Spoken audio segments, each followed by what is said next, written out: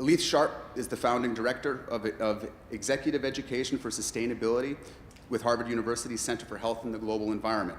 She has open-sourced innovative visual content on Idea Flow, a proven approach for enabling organizations to achieve a radical increase in the flow of purpose-driven ideas. She's co-founder of Leaders on Purpose, an enterprise convening dozens of global CEOs such as MasterCard, IKEA, and Siemens to accelerate leadership fitness for delivering on the Sustainable Development Goals. She spent 20 years driving sustainability into the core business of higher education.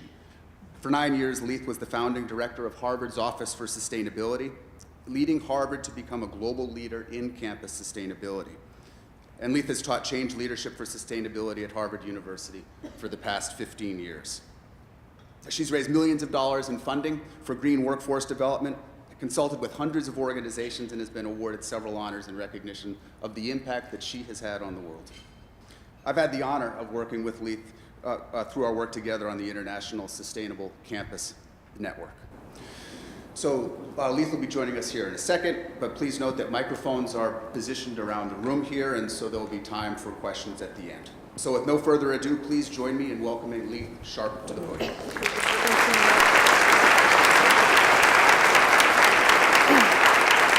Thank you, Matt. Wow, Henry's got the volume action going now. Can you hear me okay yet? Yes, great, good, thank you, Henry. What an honor to have your caffeine high time in the morning. It's the best time. Any presenter will tell you that. You are like vessels ready to receive. So I want to actually start with the first slide, if it's possible to somehow get back to the start of the presentation. Oh no, I can do it manually, but it'll just blow some. That's okay. All right, we begin. So firstly, Michelle, Matt, Molly, thank you for entrusting me with your community. I understand how precious time is and how difficult it is to allocate bandwidth to these kinds of network building, community building, purpose driving efforts. So I want to do honor to this. I'm going to give you the best of the content that is crossing my path at the moment. I want to talk specifically about the agility imperative. Humankind, the achievement of the Sustainable Development Goals is extraordinary. 193 countries ratified this in 2015. And when you really look at them, they are a very elegant distillation of a strategic plan for humankind to survive beyond the 21st century. This is literally our survival strategic plan. The process that went into developing these is one of the most extraordinary efforts to bring together a consensus of such diverse voices, and it represents a landmark event for humanity in understanding its necessity to come together and understanding its place in a living, dynamic world. At the root of it, when you bring it down to, but what do you do on Monday? It's about fostering a radical increase of purpose-driven ideas that are going to, in small, medium-sized, and large ways, all contribute to delivering on this promise and this purpose that we're making. At the moment, our reality is, if each idea is an arrow here, we've got just as many ideas taking us in the wrong direction as we do in the right direction. And we also have not quite the right volume of ideas moving through. So underlying this challenge of understanding, okay, we have a strategic plan for our survival, and humankind, when we actually pay attention to it, we understand what we have to do. Now the challenge is, how do we create that agility and that sense of shared purpose, that tenacity that on Monday, on the ground, is going to keep this moving? So this is where I go from. Ron Heifetz at the Kennedy School of Government talks about you can be on the balcony where you look down on the dance floor to get the big picture. What are the moves going on? How do I get into the music? Or you can be on the dance floor, like in the moves. So I bounce between balcony and dance floor a lot. So I'm just going right down to dance floor now. So how hard is change? Well, back in when I first started doing sustainability at Harvard in 2000, the imperative was find the low-hanging fruit, don't spend too much money, and try to make us a lot of money. That was Harvard's sort of thing. And I realized like why Harvard's so rich is it doesn't like spending its money. So went after really easy things, changing light bulbs, right? So this is a light bulb story, a residential dorm. I went to who I thought the decision maker was, convinced him. He managed this building for the undergraduate students. He's like, yeah, this is a great idea, but I actually don't have money in my budget. I only have enough money for things that are broken, not to do efficiency things. So after convincing him, we then had to come up with a means of financing it. So we created a revolving loan fund, interest-free money. Anyone could borrow it. They had to pay it back with the savings. So it sort of freed us up from that strange issue where you had the wealthiest university in the world, but when you went down to actually the decision makers in the buildings, they were held hostage by the finance and accounting disconnect of, well, you know, you need a little bit of extra money today to save money tomorrow. Sorry, can't do that. So we had to build a loan fund. So we offer him the money. He turns around, he's like, well, that's fantastic, but we're so overstretched. You know, we've been whittled down to the bare minimum staff, like the rest of us. So can you kind of manage the job? Okay, yeah, we'll manage the job for you.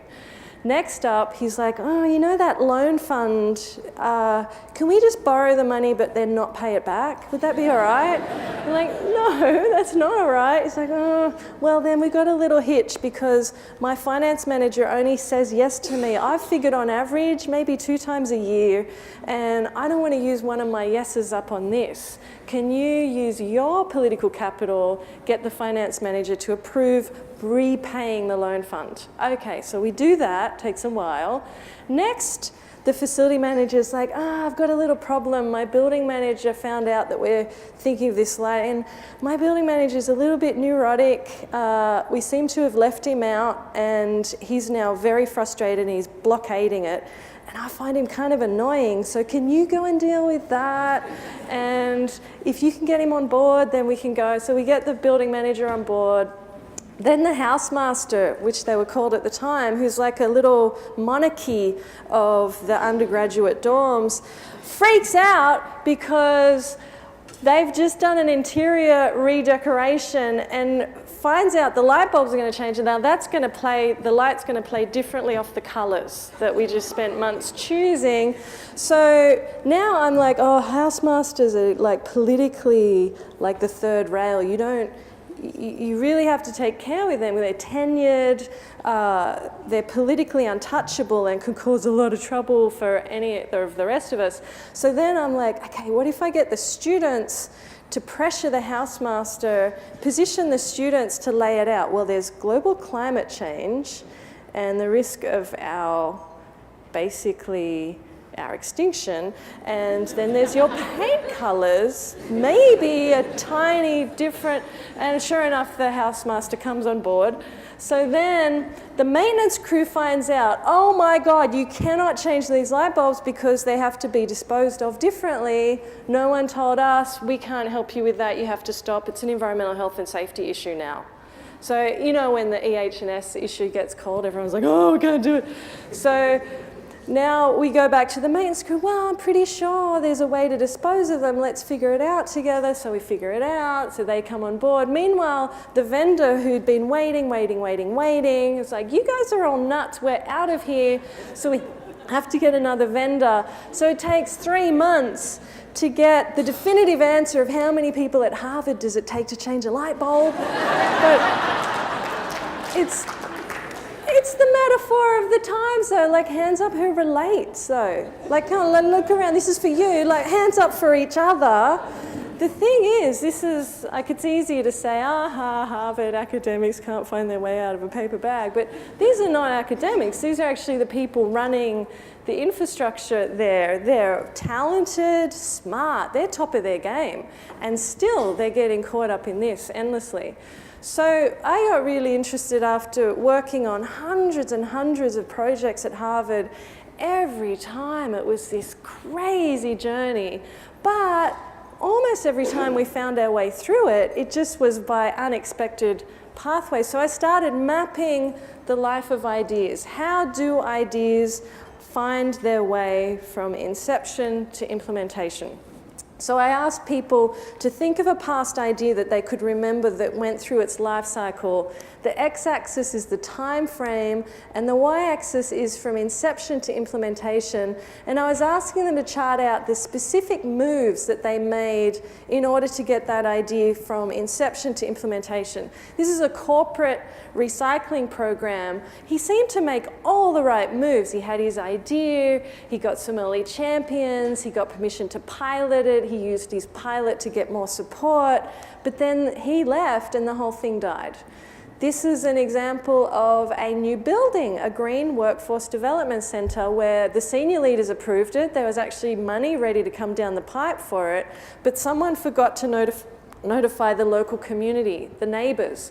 They freaked out, got the media involved, got the politicians involved, everyone lost their nerves and it died. This is an innovation program that somebody very skillfully got the senior leaders to approve straight out. They get this approval, but they also then forgot to mention to the senior leaders that they'd actually have to fund it. So now you have an innovation program that's got actually no money. And then eventually they get a little bit of money, but then it's not enough and it dies on the table. This is actually a happy ending, but you are looking at 3 years to change the temperature setbacks of a library building. So I've mapped over 1,000 ideas now. Humans like us, just trying to get new things done. Like all the crap that we have to go through to get new things to happen. And over again, it's this story of underneath it, you have to have this tenacity, you have to expect the unexpected. And you have to understand that it's not going to always be this hard, but when you're doing something new or when you're doing something in a new context, it's often going to be full of riveting twists and turns. So a group of colleagues and I got together, Leaders on Purpose, and we managed, a colleague from the London School of Economics, a colleague from the World Bank, a colleague who used to be a very senior marketing executive at Unilever, and I got together and we used our brands to convince some of the top 100 CEOs in the world to interview with us so we could ask them a whole lot of questions about the future of leadership. Because as far as we could tell, in order to achieve these SDGs, these Sustainable Development Goals, we actually are going to have to think differently about leadership. The pace at which we're able to achieve change at the moment, the degrees of agility in our organisations just weren't up to scratch yet. So we identified a group of CEOs that were in the Harvard Business Review every year publishes top 100 CEOs. In 2015, they changed the criteria to include sustainability and social purpose as part of the measurement, and it totally changed the order of those CEO rankings. So we went after CEOs in those high-level rankings, and we got interviews with these 16 CEOs in the last year or so. And we had an hour and a half with each of them. We asked them a whole lot of questions about leadership, about the future of leadership. When I got on the phone, I would give them these visuals. I'd pull up these visuals, they'd be looking at their computers, and I'd go something like, well, we think after looking at 1,000 ideas, there are certain recurring patterns and themes, and we want to get your reaction to these. And the first one I'd put in front of them is, well, it seems like whenever we have a new idea, at any scale, we come up with a pretty logical plan. This is how it should happen, it should cost this much, these are the decision makers, these are the moves. Then we actually try to get the thing approved, and we go through this. And then, if we actually get it to happen, we go back to this strange official story that that's the way we actually got it done. So I would ask these CEOs, like, what does this bear out for you? Can you just give me an off-the-cuff reaction?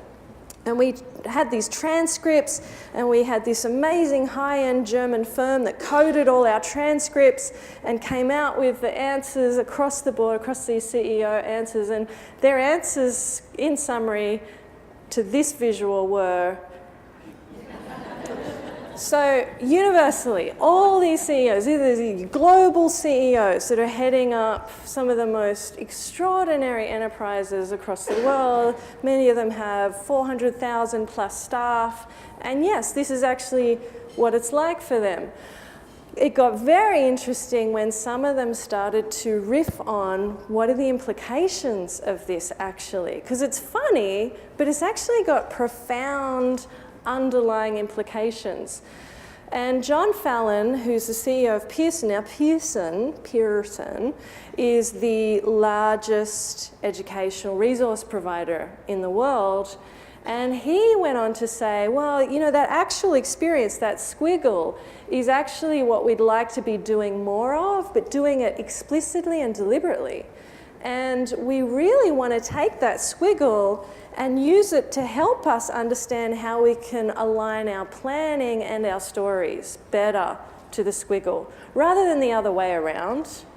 He accepts that the squiggle is reality. What we need to do is understand the squiggle more and then use that to inform how we plan and how we tell our stories.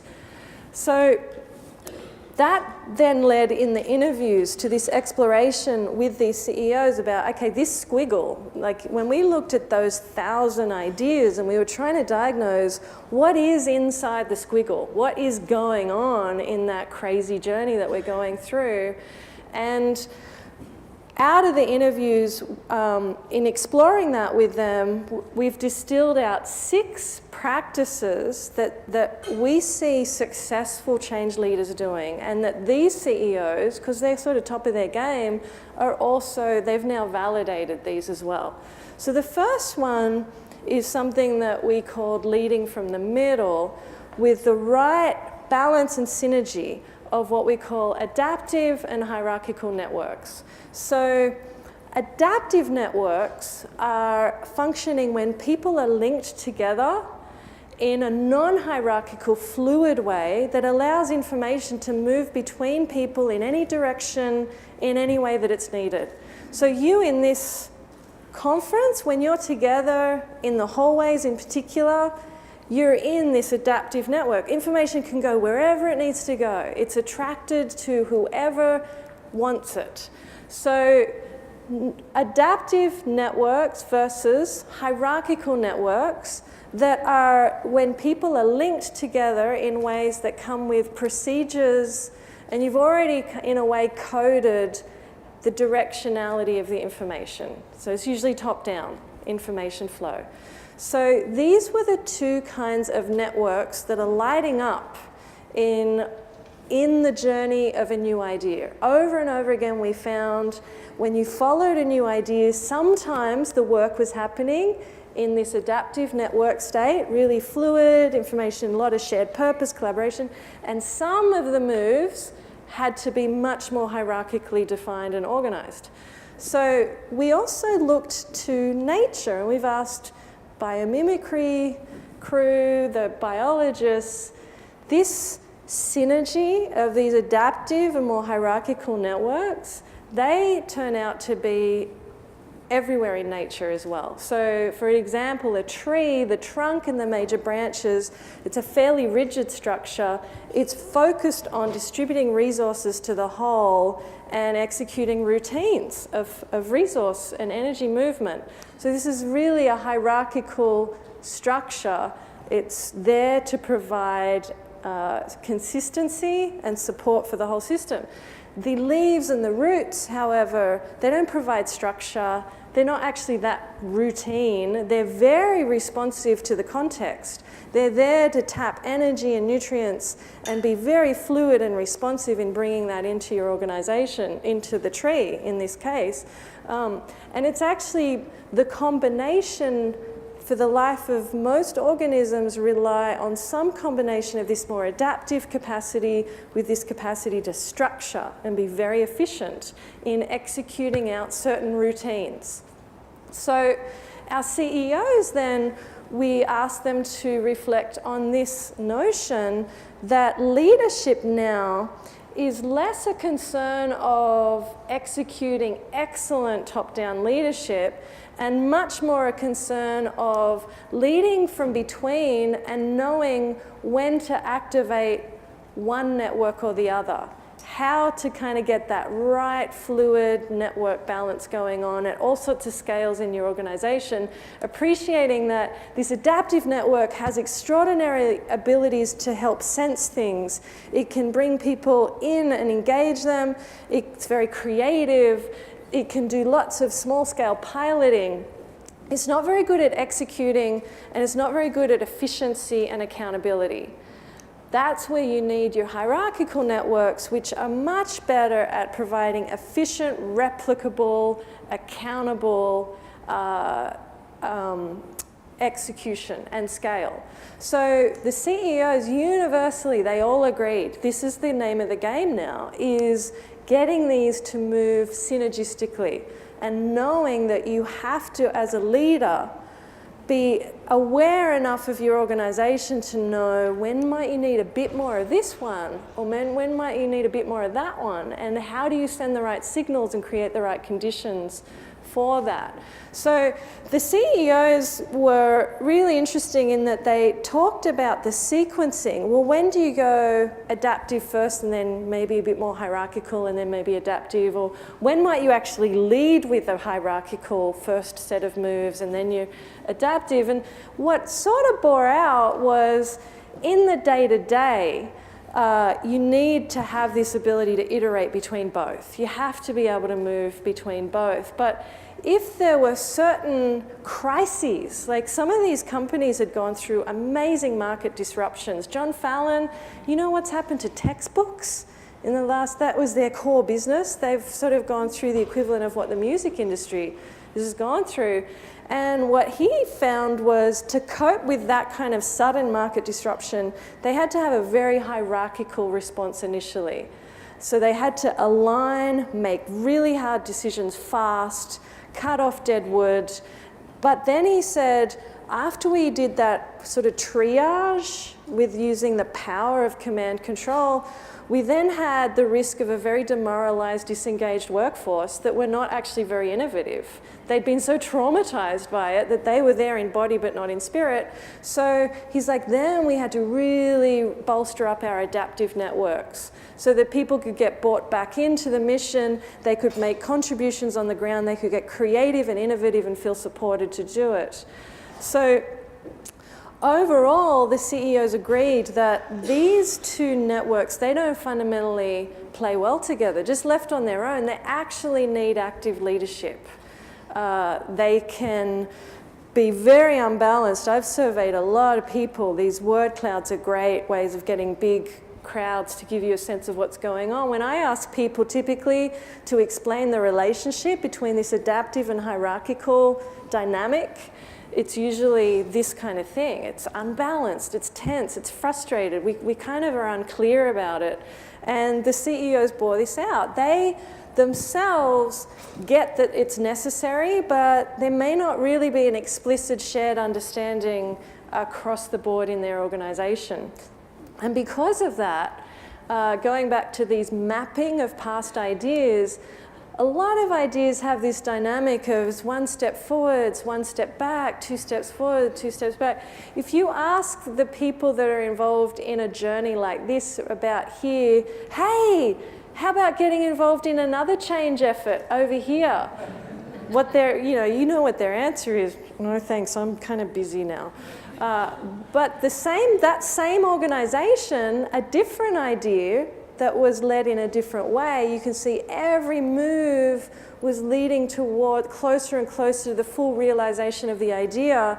And when you ask people at this point in that journey, hey, do you want to be part of another change effort? The universal answer literally is yes, that was awesome.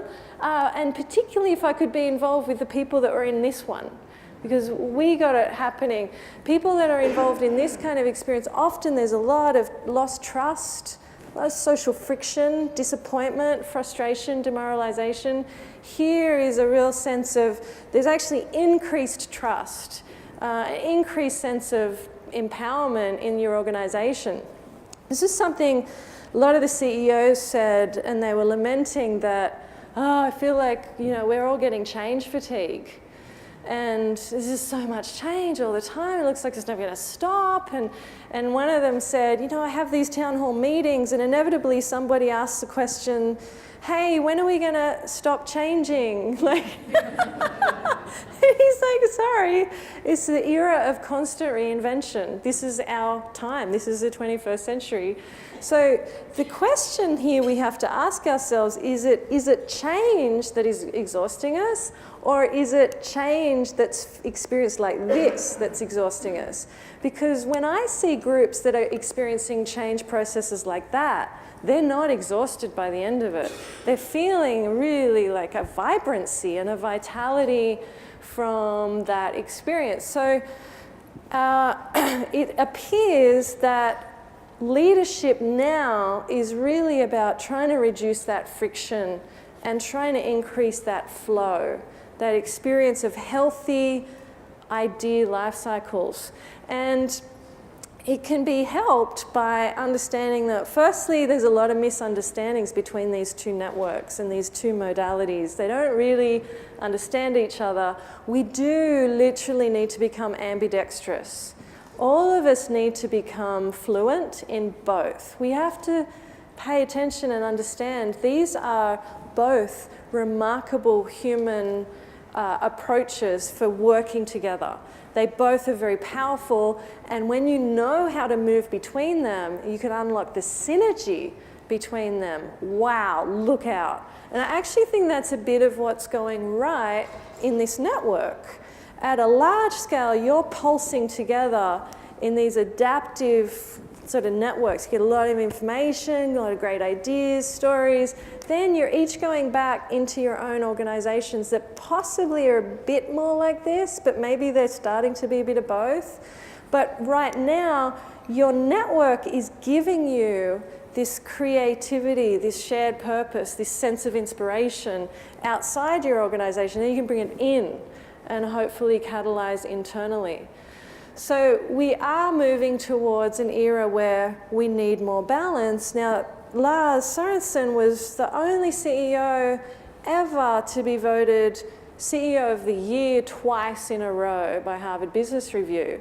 And he looked at this and his reflection was, yeah, when I think about it, I think about programs on the ground, especially purpose-driven ones. Typically, we have to really kick them off with much more of an adaptive network. Because in that adaptive state, people are able to find their own sense of intrinsic purpose. They can find really nourishing relationship dynamics, collaboration, and that then stimulates the psychological safety for new ideas to come up. And then we try those new ideas, and then at a certain point, those new ideas are viable enough to then catalyze the hierarchical network to execute it out, scale it up, and make it very formal in the organization. Now that was the longest one. Don't worry, the next 5 are not that long. That was just like laying a lot of territory there. So aligning with purpose is the key to getting these two networks to flourish together. So, and going back to nature, every organism, its core purpose is really to preserve and extend life. Not only its own, but the life of its ecosystem around it. And this, when you look at the Sustainable Development Goals, that's really us defining for ourselves, in order to extend and preserve life, this is what we have to do.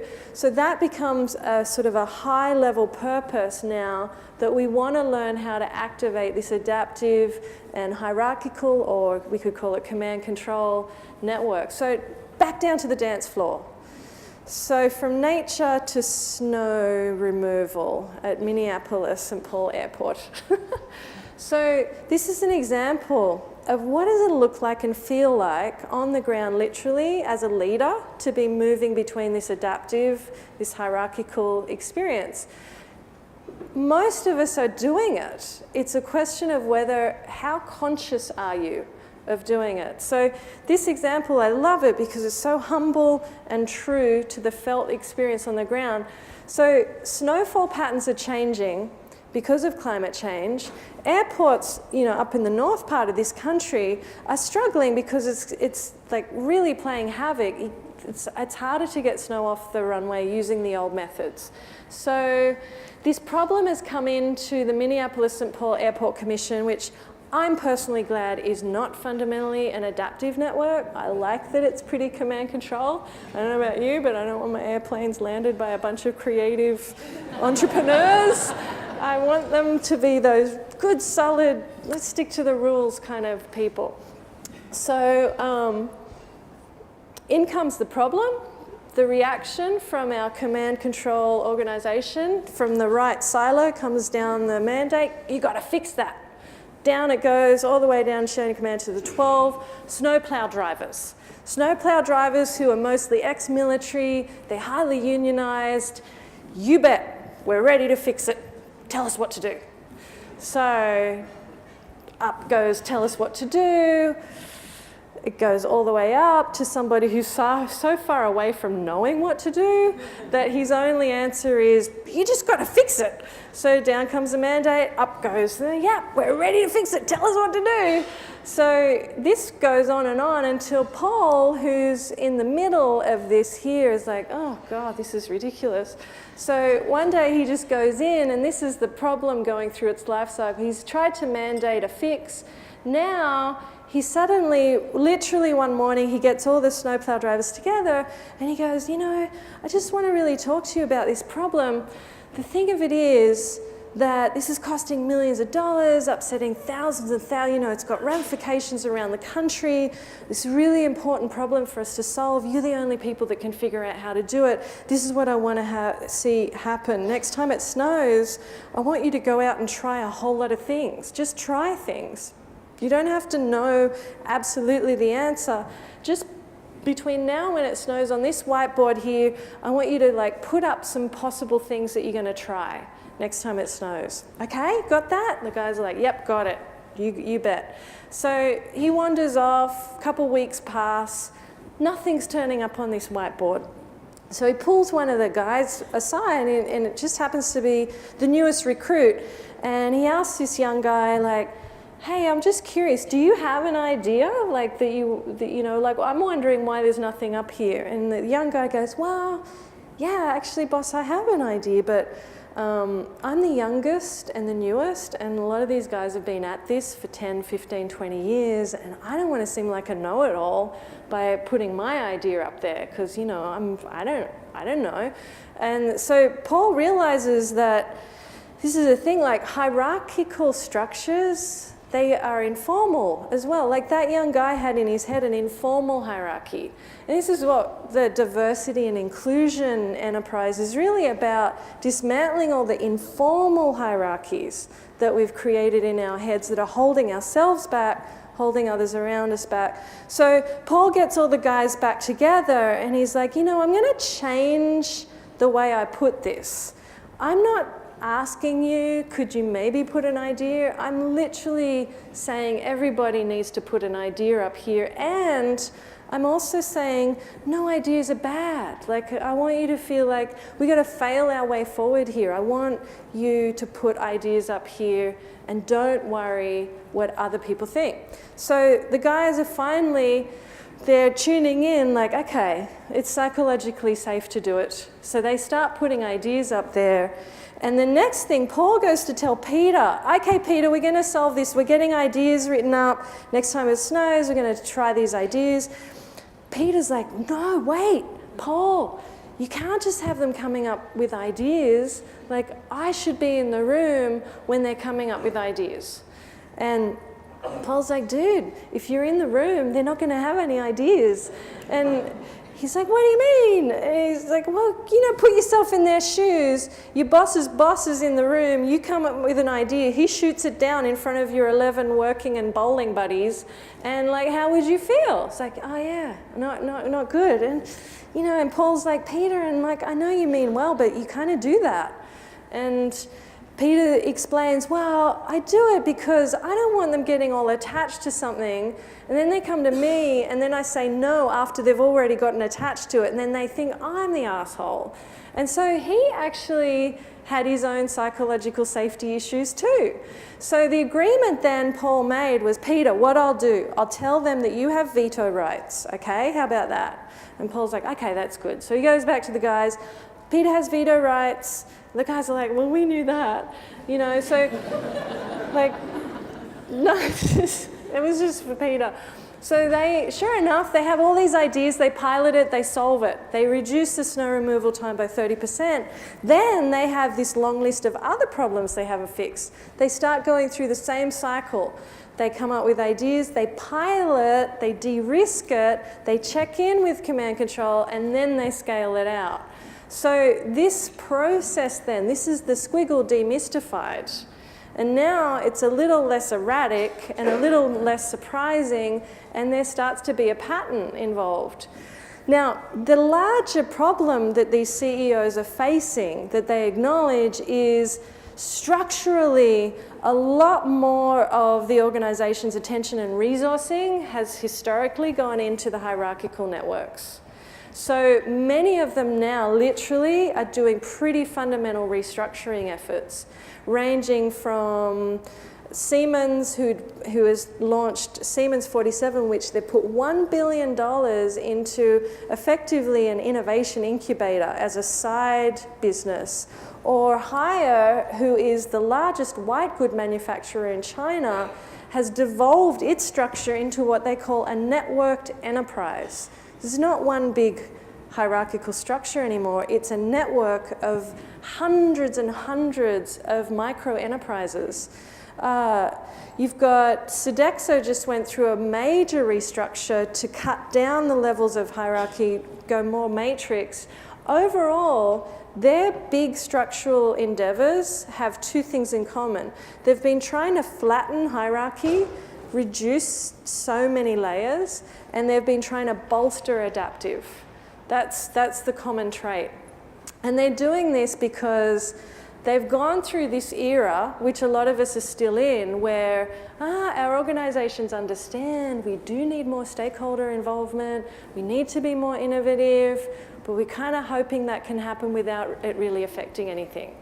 And as a result, we're all still struggling with pretty high levels of disengagement in the workforce.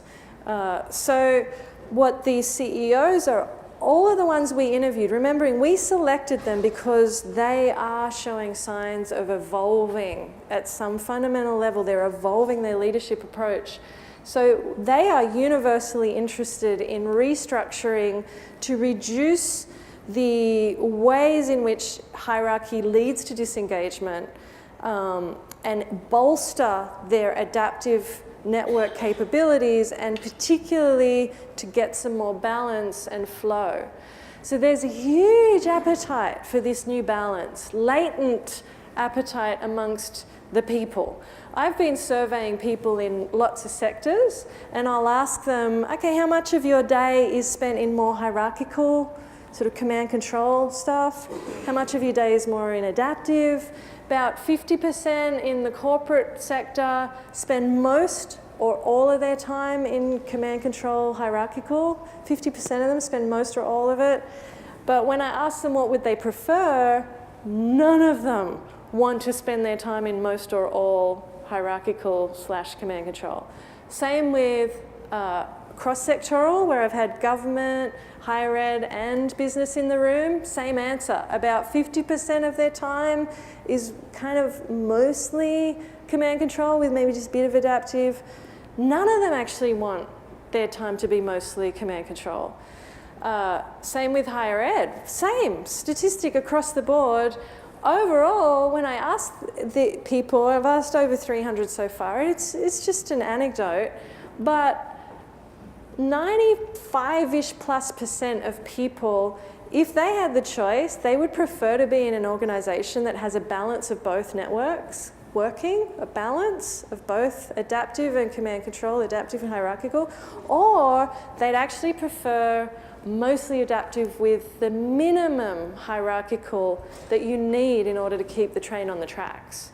So that's like the biological human longing, is to be in a more balanced, creative dynamic. So these CEOs then, back to them, the way they're trying to get at this and unleash that human capacity for being involved in creative, adaptive dynamics, they're investing in things like piloting and prototyping a lot more. So going back to that Harvard light bulb story, the challenge of getting any funding to do new things, it's extraordinary in most organizations. These CEOs are trying to emphasize funding for that rapid prototyping, piloting, because like John Fallon, he articulated, we used to spend 3 years perfecting a textbook. We have to now get that thing out there digitally within months, and then we have to rapidly improve it with customer feedback. That's now how they survive the kind of market pressures they're under. So back to the dance floor, what might this look like? At Harvard, when I wanted to go after green building design, I was told the best way would be to find the right decision maker up there in the senior tiers, convince them, and then they would mandate it. So I was like, oh, that sounds very convincing. That's that logical official story. You just get the right person, convince them. I tried to do that and immediately nearly get fired. So then I figure I got to just go under the radar. And I spent a couple years interviewing all the project managers, 40 plus project managers. I found 3 project managers out of the 40 that just had this intrinsic heartfelt, you know what, yes, sister, let's just do it. We're just gonna do it under the radar. And here's the deal, if something goes wrong, it was your idea. And if it goes really well, it was my idea. And that was the only agreement we needed. So it took years to get 5 projects, just finding these brave souls that were willing and the agreement. Then those really super early innovators, they came in because they had this sense of values and alignment. What was so great about starting with them was they were more tenacious, patient, and problem-solving oriented than the middle majority. If I had started with, say, anyone in the majority here, the first sign of trouble, they would have fled the building. But these folks, they were like, oh, yeah, that didn't work. That's funny. Why is that? Can we fix that for next time? Yes, we can. So because of that, the early adopters, those innovators, we got to the point where we could do LEED Platinum historic building renovations at no added cost. And that took a lot of learning, a lot of failing forward, that we had to have those tenacious early adopters. And this is the limit of the hierarchical network, that limit of command control. You can order people to do it, but you can't order them to actually care. That's what the adaptive network attracts, people who actually care. And because they care, they're tenacious, they go the extra mile. They bring that extra creativity. You want them in early when you're going through the early stages of figuring new things out. So at some point though, we got the 5 project managers and we had a really nice event like this, really great food, so they came, and we had the 5 project managers share their stories with the other 40. And just that peer-to-peer dynamic, immediately we got another 7 project managers, and then we actually, the next, up to the 23 projects then happened at Harvard without any formal hierarchical approval, all just this adaptive network of people and peer-to-peer influence. At that point though, those early adopters were like, well, we know how to do it. Like, it's no problem and it's no extra cost. It's stupid that they're not doing it. So you have to go in and make it so that everyone has to do it. I was like, oh God, okay, I've got to go in again. So I go into who I think the decision maker is, and that person turns around and goes, wow, I'm nearly convinced, but can you just prove this for me? So we do a little more piloting, we take back the evidence. That decision maker is like, this is awesome. I'm in, but I'm not sure I'm the final decision maker. And I was like, okay, well, who is? Well, I don't know, try over here. So we go over there. What do you think? Oh, I really like it, but I need a little bit of evidence presented in this very particular way. So we get a little bit of evidence, we present it in a particular way. They're in, but I love it, but you know, I'm not sure I'm the final decision maker. I was like, well, who is? Well, try over there. So then we do this, and every decision maker has a nuanced little thing. They need things put in a very particular way. So we do that, we keep doing that, and then eventually we get to the point where there's nobody else to ask, you know. So it gets approved, and immediately, this is the power of that hierarchical network. We go from 23 to 50 to 80. Now we've got, like, I don't know, it's 150 projects. It's hardwired. It's in the DNA of the organization. The actual story of how this happened at Harvard is this. You know, we tried to use mandate and that failed terribly. We got our adaptive network going, early adopters. We got a little bit of like informal sponsorship from some senior folks. We used peer-to-peer influence to get more involved. We did a lot of de-risking by going in and out of those decision makers. What do you need? What's the evidence you need? And then at the right point, everybody was convinced and it went to scale. But the official, so this is the squiggle decoded. Again, there is a there's a pattern here, a replicable pattern, but it gets lost because you go to the official story on the website. Apparently, all we did was in 2009, we got a committee together and they adopted these green building guidelines. And I'm like, it's so WTF. The implications, you know, just shout out, give me 3 implications of this. Come on, extroverts, you don't mind shouting out in front of 300 people. Who's got implication for hand up? I know you were all thinking of them. Yeah, check it. You don't learn if it's not real. Right, you don't learn. Yep. People not going to care to be part of something. Totally. All those early adopters back here, that courage, invisible. Why would they bother taking that risk again? Well, there was one over here. Yep, here. Yeah. Other people will look at it from the outside and think, well, we can't do it in a straight line, so why bother trying? Right. They'll try to just do it by a committee and then find that, oh, you know, yeah, we got it approved, but then nobody did it because no one actually knew how to do it or really cared.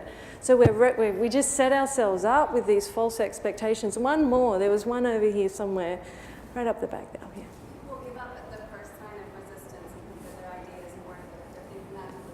That's it. It's massive. We're doing this to ourselves over and over again. One more. So you can't share your learning. There's no deep learning here. There's no deep learning about how to do change, you know? And we're sitting on this legacy. All of you in your organizations are sitting on a gold mine of stories like this that if we could stop allowing this official story and we could get over all of these, this is really holding us back. It's really stopping us as a species of learning how to be agile together, how to be truly change capable. We clearly have it in us to do it. And we've proven it over and over and over again. We just keep then wiping the blackboard clean before we actually learn the story of it. So I think of it's like breaking a spell. You know, it's like, oh my God, we're eating grass. And it's a really important spell to break. And valuing the squiggle that you go through and starting to look at it differently as a gold mine of insight and patterns that are actually highly replicable. So very quickly, sensing and feedback loops. You know, what these CEOs are appreciating was, well, you know, if I only see the world from my office, I know I'm not seeing enough. So they're starting to understand that part of that squiggle dilemma is this disconnect between the formal leadership often is not the right source of the best information. So how do you reconcile the role of the leader with the role of the people that are out there sensing really what needs to happen and how you're doing it? How do you get that connection working powerfully? Last on the ground story, Cindy Ortega here, brilliant change leader, instituted this program adopting a software program that gamified green behavior across her organization. This is a 60,000 person profit-driven, privately owned company, very conservative company, Republican owned, and yet with all of those pressures, she's been extremely effective and innovative. This enterprise, within the space of 11 months, she instituted this gamification, got it adopted across the organization, and over 600,000 green behaviors recorded on this thing. So how she did it, the board understood that MGM had to be innovative. So they pulled in all the VPs at some point and said, hey, every VP, I want you to have an innovative idea. So she goes back to her team, and instead of just thinking of the idea herself and then telling her team what she wants, she gets them together in an adaptive dynamic and she brainstorms it out. She gets them really creative. That comes up with this gamification idea. And now, instead of taking the idea straight to the board, she knows she needs to pilot it first because she wants to take enough information to the board. How much does it cost? What kind of backing does she really need from them? So she gets one of the friendliest hotel groups who's actually one of those early adopters, is like, that sounds cool, I'd love to try that. You don't have to order me to do it, I'm just curious, you know. So that hotel group pilots this with 2,600 employees, they learn a lot. Then she goes to the board and the chairman and she pitches this idea and they love it. They're like, Cindy, do it, go for it. You have the mandate. So there she is on the brink. She has the mandate from senior leadership. She has an idea, she knows how to do it, but she doesn't use that mandate. She does something really different. And it's super important what she does. Her very next move is always the move that we should be thinking about. So her next move was, okay, I could go to all my fellow vice presidents and tell them, I have the authority to tell you to implement this new initiative across the board. But she understood that, yes, she could win that battle today, but the next time she went back to those same VPs, they'd be avoiding her like the plague. You know, that's the reality, because they're all busy too, you know, and they all are smart people that are sentient beings that also want to feel engaged. So she did a road show first around to every vice president, and she asked them, what do you think could go wrong with this? What are all the reasons why you wouldn't want to do it? And is there anything attractive about this to you? She gets all those risks that they share with her, and she drives those into 3 more pilots. And she specifically addresses those risks that all of these decision makers feel are imminent. And she goes through it to the point where she's addressed every single one so that the decision makers at the end of it are like, effectively what she's doing, she's matching her signal to their antenna. Because when they think about her project, they think about it through their own lens. You know, so she was figuring out what is their lens and how do I have to match what I'm saying and how this project is to their antenna. It's another biomimicry concept, and it's in nature. This is very important for effective collaboration in nature. So sure enough, by the time she'd done this, not only were all the vice presidents on board, and she didn't have to use any of her mandate with them. They just wanted to do it. And the other hotel groups were kind of a little bit frustrated about, well, why was I left out? So she literally reduced the amount of mandate capital she had to spend. This was what she did. She got permission, she got ideas, she did some right fitting, she did the piloting, peer-to-peer, de-risked, scaled, the pattern in the squiggle. So what's important here is, you know, that mandate that we do have that capacity for directive leadership and authority. We do have this in our organisations, but we have to understand it's a finite kind of capital. When you overspend it, you inherit social friction in the system, and it turns up mostly as a kind of disengagement. So we are facing with the Sustainable Development Goals a huge amount of change that we have to enact. If we overplay the role of mandate in that, we're going to then build up social friction and disengagement. So really the path forward is, how do you get more change done needing less and less mandate? So this is the number 6 then, is the becoming consciously competent about this. So learning this language, the visual language, is very helpful. Emmanuel Faber, who's the CEO of Danone, which I would say is one of the most remarkable companies in our cohort of CEOs, he said, I think that all of us have both sides, both this adaptive and hierarchical in us.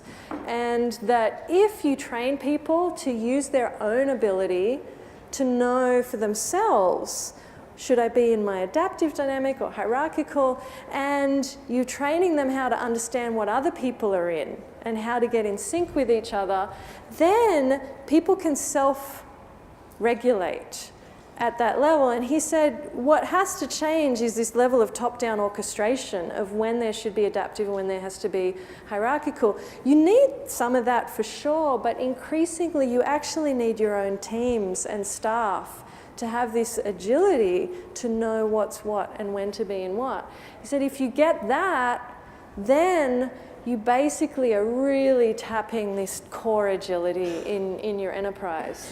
So with that conscious competence, you can literally get people, when they have new ideas, to map out their moves collectively. You can get groups together, they map out, okay, which moves do we need our hierarchical structures, which moves should we do in a more adaptive state. You can do it in small groups, large groups, and together you can then start to foster this flow of both of these states. So going back to the source of all of this, when we asked these CEOs, like, what are the big problems that you think we're facing collectively? It's very much in line with the Sustainable Development Goals. They're looking at this through the lens of their context, in which they're trying to build stable, growth-oriented businesses. And for them, one of the most important insights that came out of it was the North Star that Michelle talked about.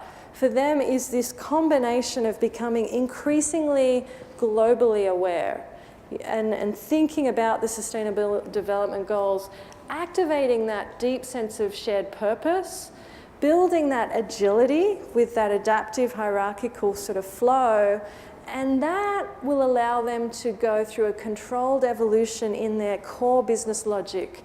And at the heart of that evolving business logic is a shift towards a focus on economic mutualism.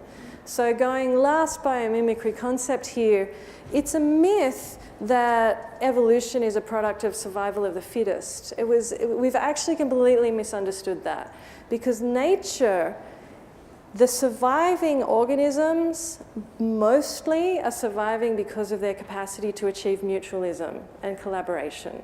That is the fact of what to evolve effectively in this living on this living planet. The best strategy is mutualism, hands down. So new business logic based around economic mutualism, and you can see how that becomes increasingly possible when you've got more of that adaptive capacity and shared purpose linking people in those open networks. So deeper dives are available. This deck is available. The risk for all of us is that we are too busy to actually fix it. And we really have to invest in meetings like this. This is such important work that this council does. So important, and it's always under-resourced. Anything that you can do to help resource this kind of connective work that you're doing is crucial. So I'm not sure if, I think maybe we don't have time. Yeah, I think we might just go straight to some questions, like one question. One question, yeah. I didn't notice what time I started. Maybe one question. Okay, no pressure, but one question. Make it really good. Yeah. Yes. Thanks. Yes. Yeah. Winner. So at the beginning of your presentation, it was amazing. You just glossed over it beautifully about how you started a community revolving loan fund to fund your project. Yes. Could you expand on where that idea came from? Who did you fund to? Because that is an incredible way to get what you want and creative, and I'd like to hear more about it. Yeah, so the idea of a revolving loan fund, it's a great mechanism and it's been propagated now. There are good resources. The Sustainable Endowments Institute has a publication on revolving loan funds now. Higher education has really been using that a lot. So that's a publication. I'll maybe somehow put a resource in the presentation so that when you link to it, you can find that. But essentially, for Harvard, how that happened was, and this is the ridiculous squiggle, was the first president that was in when I came was retiring. And it also so happened that his CFO was retiring. And so when I went to them and said, could we have this revolving loan fund? Their response was, sure, I'm leaving, so I can't get in trouble.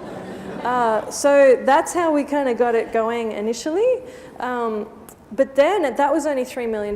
We ran out of money. We lent it out pretty quickly. So to get it doubled, that story was Al Gore was coming to town, and now we had President Larry Summers, who is like the ultimate economic rationalist. And Larry's right-hand person, VP of admin, phones up totally randomly. I'm sitting in my office. I get this call from the vice president, second in charge at Harvard. Leith, yes, we've got Al Gore coming, and because President Larry Summers, like he didn't know much about climate change, so he might have been having a panic, at that moment. Like that afternoon, he had to go on stage with Al Gore, and so he was asking for input on what could he say. So she had phoned me, what could he say? And I was like, well, he could double the loan fund. And here are all the reasons. I was like, I put the phone down. I was like, was that a $3 million phone call? And I ran out to my team. I was like, we have to go to this thing because I think we're going to get $3 million. So we go, and sure enough, he gets up and he raves about the loan fund and he says it.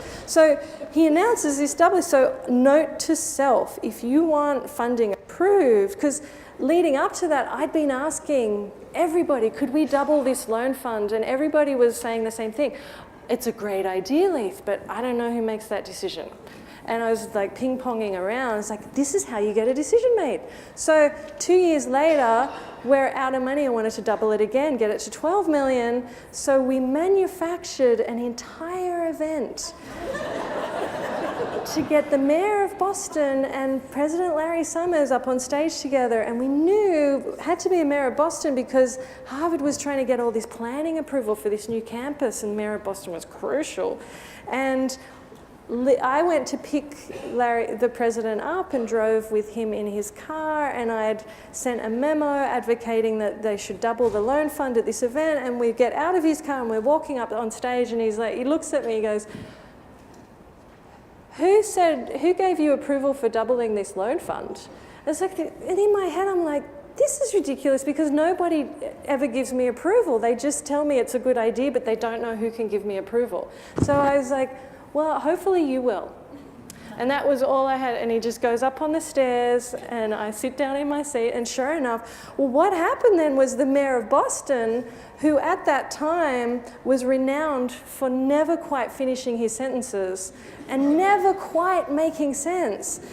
He got up and he did this blistering talk, like it was literally the best talk that anybody's seen him give. He was waxing lyrically about the importance of climate change and all the things we need to do.